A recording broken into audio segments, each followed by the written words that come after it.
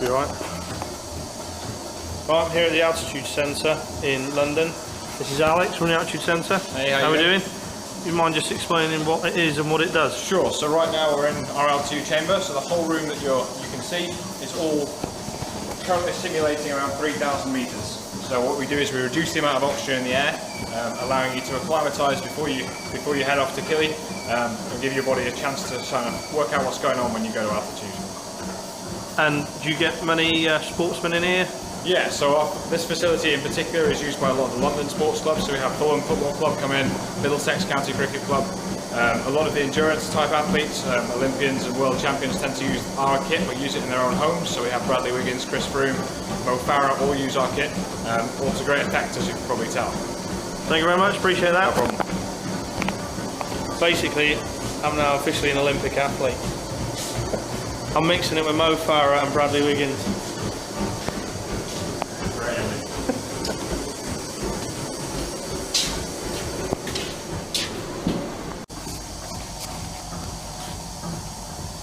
So I'm here in London. I'm in the London Altitude Centre. I'm waiting my Kilimanjaro brief, but I thought I'd take the opportunity to spend an hour in the altitude chamber. Basically sit here for an hour with a mask on, and they hook you up to a graph. Basically the red line is my heart rate, and the blue line is showing how much oxygen is in the blood at the same time, and you notice it drops dramatically. That's when I've had the mask on for 5 minutes, then take it off for 5 minutes, then put it on for 5 minutes. You can see the oxygen in the blood going up on the graph, hopefully.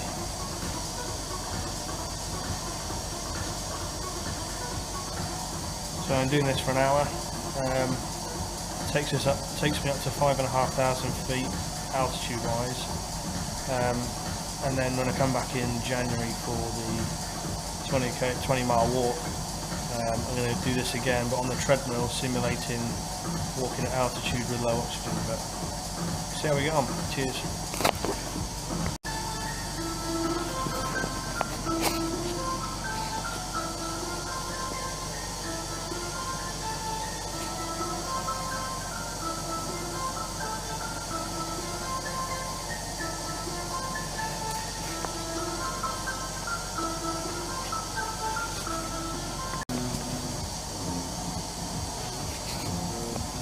If I'm reading this right, again you'll see the graph and you'll see how the oxygen drops the 5 minutes that I've got my mask on.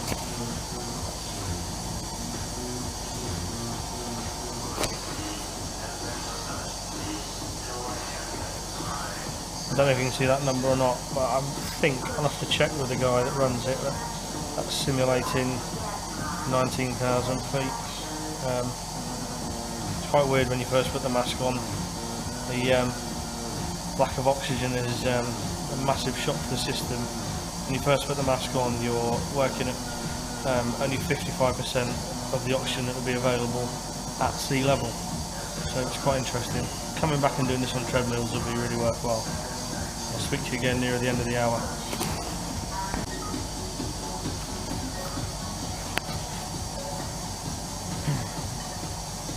Feel a bit lightheaded after that 5 minutes. You see from the graph they took the oxygen levels quite low. Not that this graph means a lot to you guys, but right. Oh, no, you're right. It's nearly finished now, but trying to explain these lines. Basically, you see these blue lines getting lower and lower, indicating there's less oxygen in my body.